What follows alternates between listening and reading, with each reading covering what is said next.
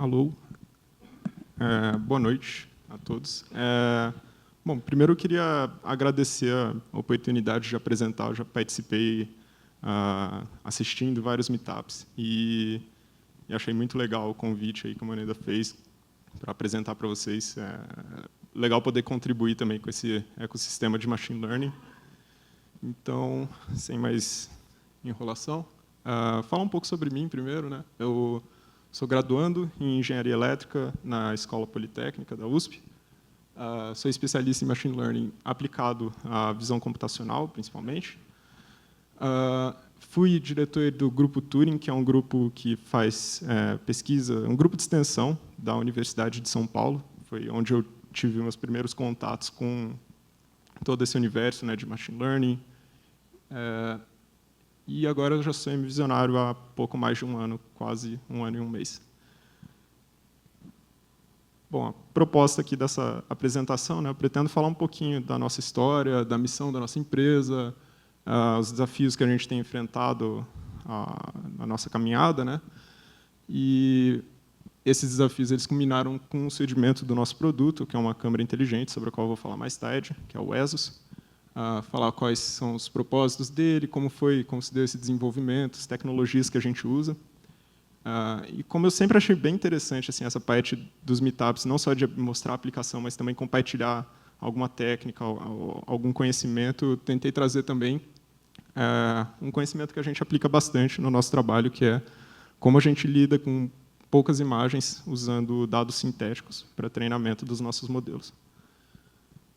Bom, falando um pouquinho da MVisia, bem resumidamente, né? A nossa missão principal é entregar valor para os nossos clientes a partir do processamento de imagens. A gente combina técnicas tradicionais de visão computacional clássica, né, por assim dizer, e técnicas de machine learning, de deep learning. E a partir disso a gente tenta gerar valores como acompanhamento de produção, potencial de atuação numa linha de produção e por aí vai. E aqui alguns setores nos quais a gente atua hoje, tradicionalmente mais ligados aí à agroindústria, que foi onde a empresa nasceu, mas hoje em dia a gente está começando a explorar também alguns outros mercados, alguns outros setores da indústria, inclusive alguns laboratórios para pesquisa também. Bom, a nossa equipe principal aqui, né, os 3 sócios acima e a equipe de engenharia envolvida, né, no todo o desenvolvimento do ESOS, a gente tem engenheiros mecânicos, mecatrônicos, eletrônicos, de computação também. E alguns dos prêmios que a gente obteve, aí, algumas conquistas e financiamentos também que a gente angariou, conseguiu para desenvolver os trabalhos que a gente faz. Bom, e um pouquinho da trajetória da empresa, né? A empresa ela surgiu em 2012, estava incubada no Núcleo de Empreendedorismo da USP, o NEU, e ela passou por uma etapa inicial, né, de pesquisa e desenvolvimento das tecnologias que hoje a gente aplica. Em 2016, a empresa começou a entrar no mercado com um modelo de negócio de venda de máquinas customizadas para atender às necessidades dos nossos clientes. Então, eram máquinas específicas ali para, por exemplo, separar tomates ou separar mudas de eucalipto. Eu pretendo mostrar em breve aqui alguns vídeos de como eram essas máquinas. E foi uma etapa bem interessante. É bem legal assim ver o desenvolvimento dessas máquinas. São coisas grandes, meio inesperadas assim, de uma startup, saindo de uma startup. Em seguida, a gente passou em 2017, 2018, principalmente, por uma pivotagem tecnológica. A gente começou a enfrentar alguns problemas com essas máquinas, que eu também vou mencionar, e começamos a ter a ideia de desenvolver o nosso principal produto hoje, que é uma câmera inteligente. Bom, aqui tem um vídeo, eu vou pedir só para o pessoal ali da mesa conseguir dar play.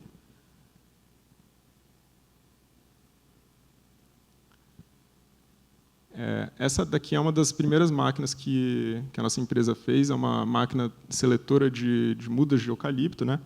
Então, a ideia é basicamente pegar essas mudas, elas passam por uma esteira, são fotografadas, e a partir de features que a gente extrai dessas imagens, né, como tamanho da muda, número de galhos, ramificações, cor e etc., a gente consegue determinar quais classes, né, quais categorias de mudas são, para tornar mais eficiente o plantio. Em cultivo de eucalipto, né, é interessante você manter um tamanho relativamente uniforme das mudas, para que durante o crescimento elas cresçam de maneira igual também. Isso aumenta a eficiência, né, na hora de... Nossa! Na hora de extrair... Isso não é minha conta, tá? Isso aumenta a eficiência para extrair, né, as árvores, para coletar as árvores e aproveitar depois os produtos. E aqui a gente tem um outro exemplo de máquina também, que é a máquina beneficiadora de tomates miúdos. Segue o mesmo princípio, né, que no fundo você tem um produto que vai passar por uma esteira, vai ser fotografado, a gente vai analisar essas imagens. No caso dos tomates, a gente busca principalmente cor, tamanho e defeito, fazer a classificação dos tomates a partir disso, né? E separar esses tomates em bins diferentes, em containers diferentes, para que o produtor consiga vender, agregar valor, né, ao produto dele. Eu não sei vocês, mas eu acho bem, sei lá, sofisticados assim, essas máquinas. Isso daí tem mais do que o tamanho de um carro normal, provavelmente o peso de uns 2 carros. E, como engenheiro, assim, eu fico bem empolgado vendo um negócio desses funcionando. Aqui na ponta são os atuadores pneumáticos, né, eles literalmente sopram os tomates. Então, a gente classifica esses tomates, dependendo da classificação deles, eles são soprados num momento diferente dessa linha. E, bom, eu acho muito legal isso, mas, enfim, eu vou falar de alguns problemas relacionados. Quando eu entrei na empresa, ela estava justamente nessa etapa de pivotagem tecnológica. Então, eu não cheguei a ter tanto contato com essas máquinas, contato direto de desenvolvimento. Bom, e aqui outro vídeo, né? E os desafios, né, que foram colocados aí para essas máquinas. O primeiro deles é um desafio tecnológico. O projeto e a fabricação dessas máquinas é complicado. Não só complicado, nem tanto em termos de software, acho que isso é o menos complicado, mas é muito mais em ter uma infraestrutura de parceiros, fornecimento de materiais. A gente não tem toda a infraestrutura para montar a máquina, para usinar a máquina no nosso escritório, evidentemente. Então, você fica muito dependente de várias coisas que é difícil você ter um controle muito preciso sobre isso. O próprio armazenamento, transporte dessas máquinas, a logística também é complicado. E, além disso, tem um outro desafio mercadológico que a gente enfrentou, que foi essa questão da escalabilidade. Querendo ou não, não é um produto tão escalável assim. Existem poucas pessoas que produzem tomates, né, e que estão nessa faixa de produzem tomates o suficiente para querer agregar valor ao seu produto com uma máquina dessas. E a gente começou a enfrentar problemas com isso. E aí a gente começou a pensar no que concentrava, qual que era a principal fonte de valor do que a gente desenvolvia nesses produtos, né? E a gente chegou à conclusão que era principalmente a questão da inteligência, você conseguir processar uma imagem e gerar um sinal de controle para conseguir atuar numa linha mecatrônica. Mas não necessariamente você criar toda uma infraestrutura para separação. Então, a gente tentou buscar ali o que era, onde valia mais a pena a gente investir o nosso esforço e onde a gente teria mais controle sobre as coisas, principalmente na parte do software. E daí surgiu a ideia de criar uma câmera inteligente, que é o nosso produto ESOS. O Marcelo está aqui na plateia. Eu pedi para a gente trazer um ESOS para mostrar para vocês, aí, então gostaria que vocês passassem e fossem vendo de perto como funciona. Vocês não vão ver como funciona, mas vão ver como é, pelo menos. Eu só peço cuidado para não derrubar isso, porque eu não sei o que ia acontecer com o chão se isso caísse, então é muito groundbreaking, talvez, mas enfim. Então, esse ESOS, né, a nossa câmera inteligente, é uma tecnologia desenvolvida por nós. Ele consiste basicamente ali de uma placa, né, uma single board computer que a gente estudou e fez diversos testes, mais um conjunto de acessórios, uma parte de eletrônica, shields, acionamentos de inputs e outputs.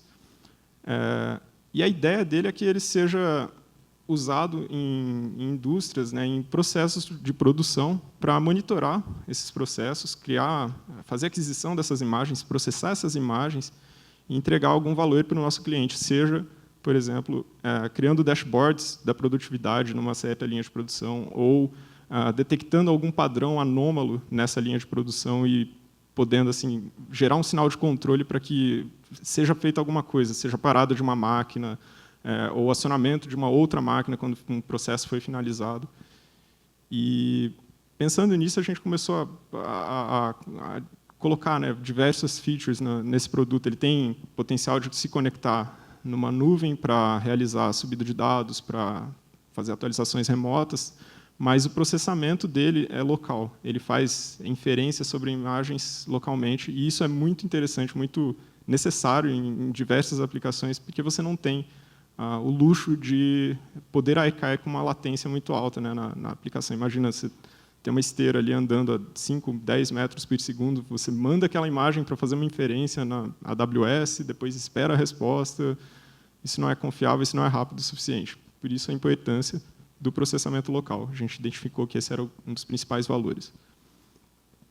E aí isso, evidentemente, né, traz uma série de benefícios para os nossos clientes. Alguns deles se reduz a mão de obra, se implica em redução de custos, minimização da taxa de erros, aumento de produtividade. Uma preocupação muito grande também com segurança de trabalho. Tem diversos processos que ainda são, como que eu posso dizer, monitorados por pessoas, né, e essas pessoas, às vezes, não estão sujeitas às melhores condições ali de segurança. Existe algum risco envolvido, então colocar uma câmera, um equipamento, minimiza também esses custos. E aí uma série também de benefícios da indústria 4.0, que seriam a automatização dessa produção, você poder conectar e coordenar diversas máquinas numa linha de produção, gerar dados e apresentar esses dados para pessoas que estejam fazendo o controle dessa linha, ou mesmo para pessoas que querem acompanhar só a produtividade. Inclusive, mostrar esses dados permite a auditabilidade da operação. E aqui é um ponto bem interessante. Em muitos lugares, é muito comum você ter uma planta fabril que só faz um produto para um terceiro, faz um produto para uma empresa. E, na verdade, a empresa que vende esse produto ela não é dona dessa planta fabril. Existe um acordo comercial entre essas empresas, a precificação, né, do uso das máquinas. Muitas vezes, essa precificação envolve a eficiência das máquinas, o quanto tempo elas estão operando de fato ou não. E, por não ser um processo tão transparente, isso pode gerar aí um certo atrito, né, entre empresas que estão contratando isso e as empresas que vendem esses serviços. Então, nosso produto ele permite a auditabilidade desses processos, para que seja verificado ali que, de fato, a fábrica estava operando e produziu tantas toneladas de determinado produto em tanto tempo, e que houve tantos defeitos, aconteceram tantos defeitos, e por aí vai. Aqui algumas das especificações, né, do nosso hardware. Ele tem um índice de proteção bastante elevado, ele suporta jatos direcionados de água, com soda cáustica, altas temperaturas. Em uma das nossas aplicações, que eu vou falar também muito em breve, ele já tomou um banho de açúcar derretido e sobreviveu, surpreendeu bastante a gente. Tem uma capacidade de processamento boa. Para todos os testes que a gente fez até agora, a gente não esbarrou com um problema muito grande em relação a isso.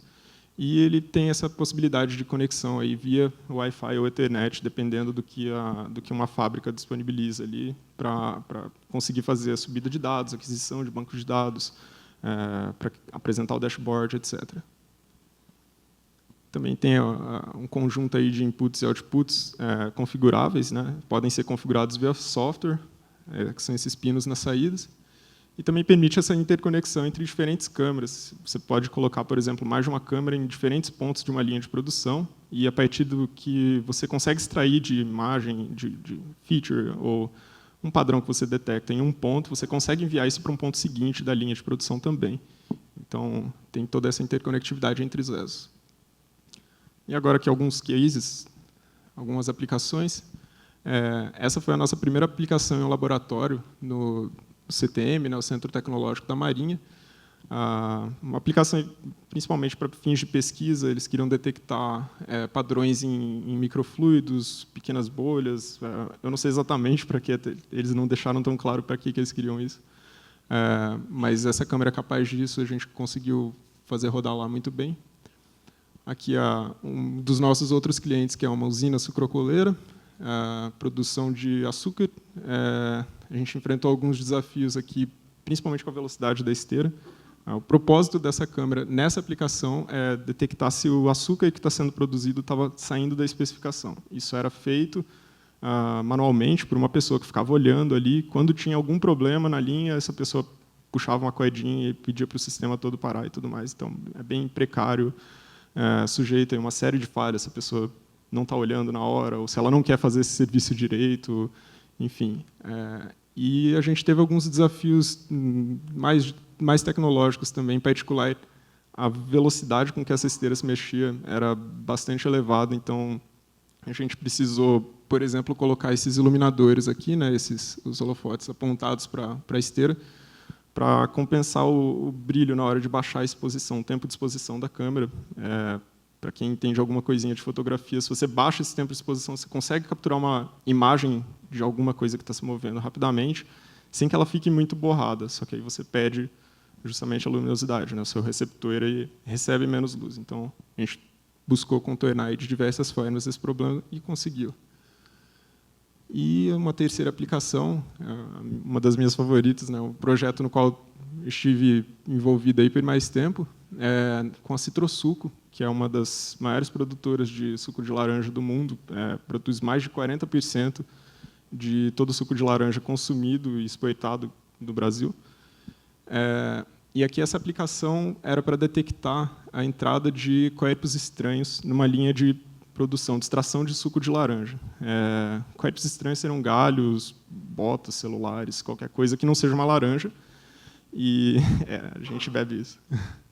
E quando esses galhos entram lá, o problema não é nem que diminui a qualidade do produto, é porque pode quebrar uma máquina. Então, e uma máquina fora de comissão implica em prejuízos da ordem de centenas de reais, você tem que alocar um mecânico, gera toda uma entropia dentro da fábrica que é altamente indesejável. Então, com essa câmera, a gente consegue detectar os corpos estranhos que estão prestes a entrar numa extratora e mandar um sinal para interromper o funcionamento dessa extratora.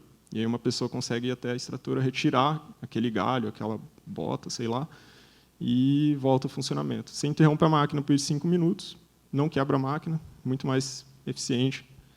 E, além disso, a gente também consegue analisar ali o grau de produtividade, o índice de produtividade de uma extratora, consegue ver o fluxo das laranjas, quantas laranjas estão passando por ali sendo processadas, que é uma métrica de desempenho também boa, né, do sistema e, de novo, permite essa auditabilidade do produto, principalmente nos acordos ali entre o fornecedor dessas máquinas e a empresa que quer espremer suco, quer espremer laranjas, né? E outras dificuldades também, né? Esse índice de proteção surgiu basicamente por conta desse projeto. Aqui essa câmera tinha que tomar banhos de soda cáustica com água quente. A gente teve alguns problemas com isso, mas eventualmente chegamos num produto que consegue suportar tudo isso. E aqui mais alguns outros parceiros nossos, né? Outras empresas com as quais a gente desenvolveu. Destaque aí para a Nexa, na mineradora, a gente está começando a tentar atacar também outros mercados, que não só a agroindústria. Aqui um exemplo de uma aplicação nossa, justamente da Unilever, né, uma fábrica de cookies. E o propósito dessa câmera nessa fábrica é avaliar quantos cookies estão sendo produzidos, se eles apresentam defeitos ou não. Quantos defeitos eles têm e classificar também o lote, qual cookie está sendo feito naquele momento, tudo isso para gerar informação, né, gerar controle sobre o processo produtivo para os nossos clientes.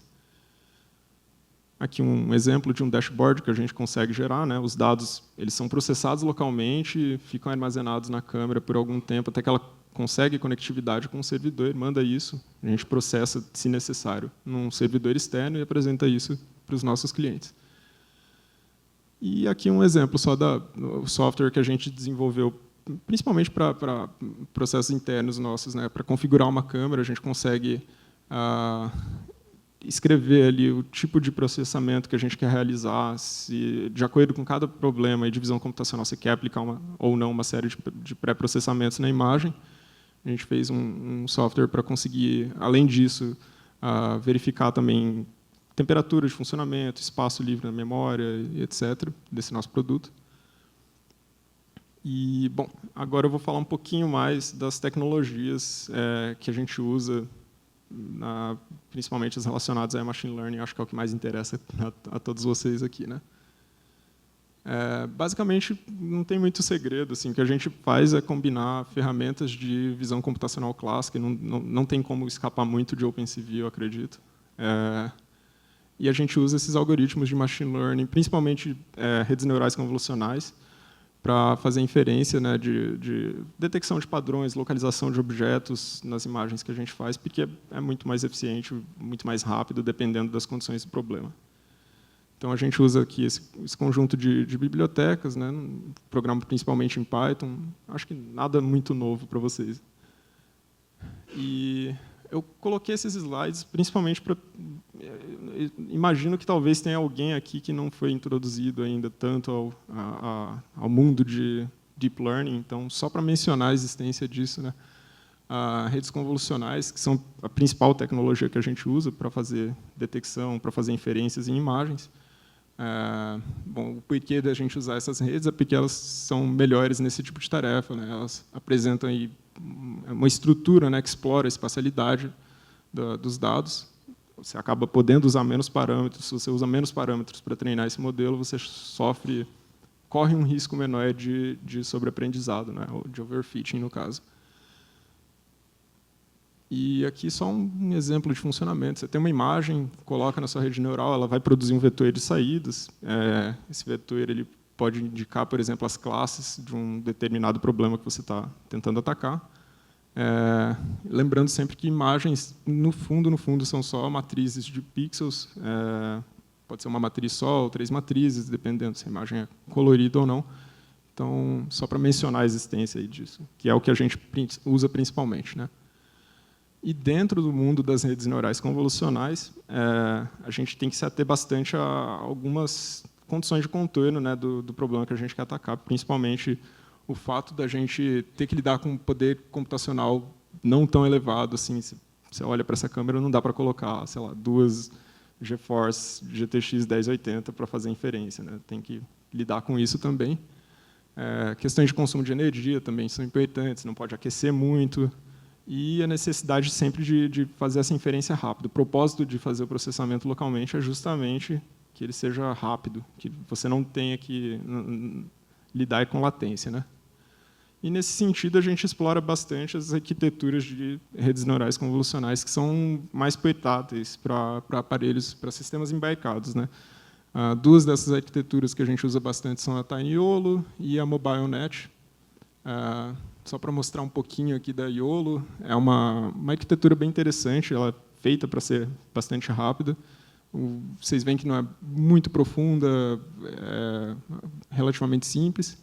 E acho que a principal sacada dela é que ela consegue fazer a localização e classificação de uma vez só. Assim, ela varre toda a imagem, olha toda a imagem e faz a classificação, tanto da posição de objeto que ela está tentando localizar, quanto a classe desse objeto. Tudo de uma vez só. E eu recomendo fortemente, mesmo para quem não é da área, que pelo menos dê uma olhada no paper do YOLO. É muito bom, assim, tem um gráfico estourado para mostrar o quão rápida é a rede, tipo, totalmente fora. Tem uma seção chamada Coisas que a gente tentou que não funcionaram. Devia ter uma norma da BNT na hora de produzir um paper para isso, sei lá. E a honestidade também. O cara começa falando... A gente principalmente pegou ideias boas de outras pessoas, que foi basicamente o que eles fizeram. Esse já é o 3º paper deles. Recomendo bastante para quem não conhece ainda. E, para finalizar, vou falar um pouquinho desse uso de dados sintéticos. Bom, a ideia de usar isso, né, os problemas que a gente enfrenta, principalmente tendo que lidar com a ausência, né, de um banco de dados enorme sobre os problemas que a gente quer atacar. Uma coisa é, sei lá, fazer desafio do Kaggle para identificar cachorro e gato na foto. Você tem 1 bilhão de bancos de dados na internet para esse tipo de coisa. Outra coisa é você tentar encontrar corpo estranho numa linha de produção de suco de laranja super específico. Você não tem um banco de dados disso. Isso é um problema muito grande para a gente, uma das nossas principais dores, eu diria. Bom, então a gente costuma ter que lidar com poucas imagens. Quando a gente tem essas imagens, muitas vezes elas têm uma distribuição de classes desbalanceada, você vai ter muitas imagens de um padrão, pouquíssimas imagens do padrão, justamente o padrão que você quer detectar, e isso acaba atrasando bastante, né, o desenvolvimento, o treinamento dessas redes. E, mesmo quando você está disposto a fazer isso, rotular é um processo custoso, é um processo demorado, sujeito a erros, especialmente quando você tenta passar isso para o seu cliente fazer. Você sabe que ele não vai ter um compromisso tão grande, ou às vezes não vai saber fazer aquilo do jeito certo. Então, o ideal é você tentar concentrar esse processo na sua empresa, ou pelo menos terceirizar isso para alguém que faça seriamente isso, né? Em particular, eu enfrentei todos esses problemas naquele projeto da Citrosuco. A gente tinha um problema grave de ter muitas imagens, ter muitos vídeos das extratoras operando, mas não ter tantas imagens de coepos estranhos. Então, sei lá, numa filmagem ao longo de um dia inteiro, a gente tinha 2, 3 segundos dessa filmagem que aparecia um coepo estranho. E ficar assistindo o vídeo de um dia inteiro da extratora operando não é emocionante exatamente, e ainda mais tentando buscar ali um galho, e você fala, nossa, acho que eu vi um galho, sabe? Não é legal, não é legal.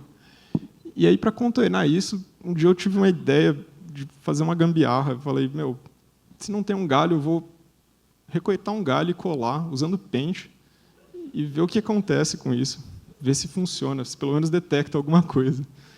Eu falei isso, o pessoal riu e tudo mais, falou, nossa, baita gambiarra mesmo, não vai funcionar. Eu falei, não, mas falando sério, alguém já deve ter pensado alguma coisa parecida. Eu fui pesquisar e, para minha surpresa, sim, já existiam vários papers que mencionam o uso de dados sintéticos para treinamento de modelos neurais, principalmente com imagens. E esses modelos, quando treinados com isso, né, a ideia é basicamente você usar um editor de imagem, um simulador, algo do tipo, para criar imagens e alimentar o seu modelo com essas imagens. E é muito interessante fazer isso, porque você tem não só aumento, né, dessa amostra das imagens que você usa para treino, mas você pode usar isso para equalizar as amostras de uma classe que você tem poucos exemplares, por exemplo.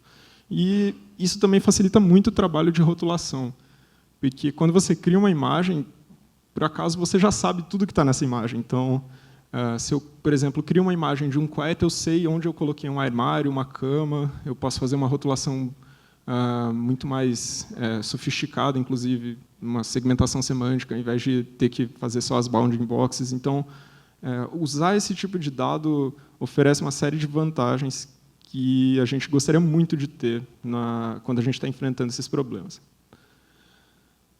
E, bom, alguns possíveis usos, né, desse tipo de técnica, como ela não nem sempre é tão confiável assim, um dos principais usos que a gente tem feito dela é treinar um modelo para pré-classificação, alguma coisa que acelere uma rotulação. Então, imagine que aqui eu tenho todas essas imagens aí, todos esses quadradinhos pequenininhos são as imagens do projeto que eu estava fazendo, do Citrosuco, e só os quadradinhos vermelhos são os galhos. Se eu treino um modelo com dados sintéticos para detectar galhos e consigo, pelo menos, minimizar o número de imagens que não apresentam galhos, isso já é um ganho enorme para mim. Eu posso fazer essa rotulagem manual ou pedir para alguém fazer essa rotulagem de preferência. E isso vai ser mais fácil, vai ser mais rápido, vai ser menos custoso. Então, a gente usa principalmente, essa técnica a gente usa principalmente para isso. Mas você pode também pré-treinar modelos para redução de tempo de treinamento dos modelos finais, um bootstrapping, né, das suas redes, ou mesmo modelo para deploy, dependendo da qualidade das imagens que você conseguiu sintetizar. Se a imagem ficou bastante realista, você pode, eventualmente, até usar isso para deploy. Bom, mas como que você pode tentar contornar esse problema de fazer uma imagem ultra realista? Porque talvez isso seja um problema tão grande quanto só ficar vendo todas as imagens lá e caçando os galhos, né? Uma das coisas que você pode fazer é aplicar uma série de pré-processamentos em cima dos dados sintéticos e em cima dos dados reais, de maneira que esses dois conjuntos das imagens de treinamento e imagens para inferência sejam similares o suficiente para que você consiga treinar um modelo em cima disso. E lembrando, óbvio, né, se você for aplicar isso no mundo real, depois no deploy, você tem que fazer o mesmo pré-processamento nas imagens da entrada do modelo. E aqui alguns exemplos aí dessa técnica que eu usei. Aqui esse pré-processamento consistiu basicamente em um borramento, né, um Gaussian blur, seguido de um sharpening, que seria passar um filtro passa-altas, ou seja, eu ressalto as boiadas. Primeiro eu borro tudo, depois eu ressalto essas boiadas. E, bom, para mim, pelo menos, as imagens ficam relativamente parecidas. O modelo, aparentemente, também ficam, porque ele consegue detectar coelhos estranhos, mesmo quando eu nunca mostrei para ele o que era um coelho estranho de verdade. E, bom, eu achei legal compartilhar isso com vocês. Eu acho que um dos grandes ganhos do Meetup não é só mostrar o meu trabalho ou o networking, é também mostrar a técnica e compartilhar isso para tentar colaborar aí com o meio do machine learning, para que haja algum avanço nosso, né? Bom, e é isso. Fica aí meu contato. Quem quiser ir no final da palestra, no final do Meetup, a gente pode conversar mais um pouquinho, é só me procurar. E é isso.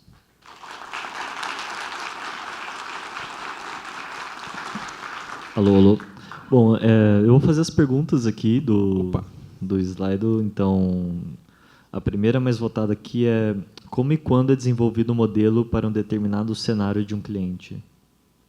Como?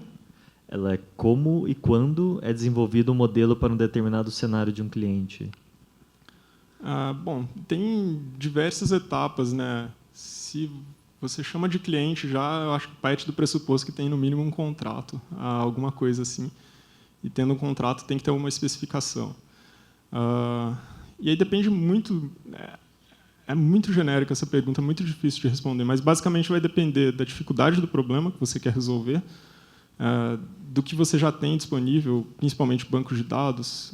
Muitos dos problemas que a gente ataca, a gente não usa machine learning porque não é necessário, não é porque você sabe usar que você tem que usar em todos os casos. Se for um problema muito simples, por exemplo, dá para usar só técnicas mais tradicionais, aí, divisão computacional, ou se você percebe que é um problema bastante difícil, sofisticado, e por acaso, se você tem a possibilidade de coletar um banco de dados razoável em um tempo não muito alto, aí a gente começa a cogitar aí o desenvolvimento usando modelos de deep learning mesmo, usando redes neurais convolucionais, por exemplo. Então, isso varia muito. Aí, dentro ainda dos modelos que você vai usar, você pode escolher dentre uma série de arquiteturas, vai depender, de novo, qual é o problema. Se é um problema que exige uma velocidade muito alta de inferência, então você não pode usar nada muito sofisticado, você não pode usar muitos pré-processamentos. Se é uma aplicação que, tudo bem, se você demorar 2 segundos para fazer essa avaliação, você fala, opa, então eu posso pesar um pouquinho mais na parte de pré-processamento da imagem ou na arquitetura do modelo mesmo. Então, eu acho bem difícil de responder essa pergunta. Não sei se eu consegui responder. Não, beleza. A segunda pergunta é se vocês usam Transfer Learning ou se vocês treinam os modelos do zero. Para alguns casos, a gente usa Transfer Learning, em particular na YOLO. Como já existem vários modelos treinados para YOLO, para detecção de coisas diferentes, a gente usa um pouco de Transfer Learning, principalmente as primeiras camadas ali das arquiteturas, elas costumam convergir para padrões que se repetem, mesmo que as imagens finais sejam muito diferentes, os padrões não fogem muito. Assim, você tem pequenas bordas, quinas, então a gente usa um pouquinho, dependendo também se isso vai resultar, né, num ganho grande de tempo para treinamento, senão a gente só treina do zero mesmo. Enfim, de novo, depende do problema. Uhum. Quando já tem pronto, a gente tenta aproveitar, né, o que já existe pronto. Não tem para que ficar reinventando a roda ou recriando um modelo se isso significa que você vai ser menos produtivo. Legal. A terceira é: quem é o principal concorrente da ESUS e se vocês concorrem diretamente com câmeras industriais, como a Cognex? É uma pergunta interessante. Bom, a gente sabe que existem já alguns players aí desenvolvendo câmeras inteligentes, mas acho que com intuitos talvez um pouco diferentes. A gente conhece a Cognex, é um dos nossos benchmarks, inclusive, a gente tenta acompanhar os trabalhos deles, ver como que a gente consegue se diferenciar ou superar, né? Apesar de ser uma empresa maior e tudo mais. A gente sabe que a Amazon está lançando agora o Deep Lens, que parece ter um apelo um pouco mais para o público entusiasta, não é uma aplicação industrial. Assim, quem vai comprar é a gente, sabe? A gente que está querendo desenvolver alguma coisa ali de machine learning com visão computacional em casa, mas isso não vai entrar numa indústria. Isso, pelo menos nessa versão, não vai entrar na indústria. Tem algumas câmeras da Intelbras que fazem também, que são câmeras inteligentes, mas que não tem um processador, não tem deep learning embarcado ou possibilidade de fazer isso. Pelo menos a gente não encontrou esse tipo de coisa ainda. E, principalmente aqui no Brasil, a gente conhece poucas empresas que fazem isso, mas que têm como que eu posso dizer, um mercado diferente, uma proposta diferente aí de valor. Inclusive, eu acho que uma delas vai ser apresentada aqui em breve. Então, mas eu não diria que somos concorrentes, acho que somos parceiros estratégicos. Não sei qual é a visão deles acerca disso. Bom, a última pergunta é como vocês aprimoram os modelos depois de colocados em produção? Como a gente aprimora os modelos depois de colocados em produção? Isso. Bom, depende. Se você consegue, por exemplo, continuar a coleta de um banco de dados, mesmo com o modelo já em produção, se você consegue fazer essas duas coisas, muito provavelmente o modelo que foi treinado usando mais dados, ele apresenta aí um potencial de ter um desempenho melhor. Então, o que a gente faz é retreinar o modelo e, no momento em que você pode fazer essa troca, né, de modelos, você vai lá e muda o arquivo, basicamente, da rede neural por um que foi treinado de maneira melhor. A gente tenta acompanhar tipo, o porquê de uma rede estar errando na classificação de algum tipo de imagem, às vezes... sei lá, durante as aquisições, por exemplo, de bancos de dados que a gente fez, a gente percebeu que tinha um facho de luz muito específico atingindo o canto de uma imagem, que isso talvez tenha causado ali baixa variação do banco de dados coletados e influencia muito no desempenho. Então, se a gente identifica isso, a gente retreina um modelo tentando fazer essa coleta com condições diferentes aí de iluminação. Isso seria um exemplo de como você pode melhorar um modelo, né? Bom, pessoal, tem outras perguntas, só que a gente vai passar para a próxima apresentação. O Lucas vai continuar aqui, então no Happy Hour, se vocês quiserem tirar dúvidas com ele, fiquem à vontade.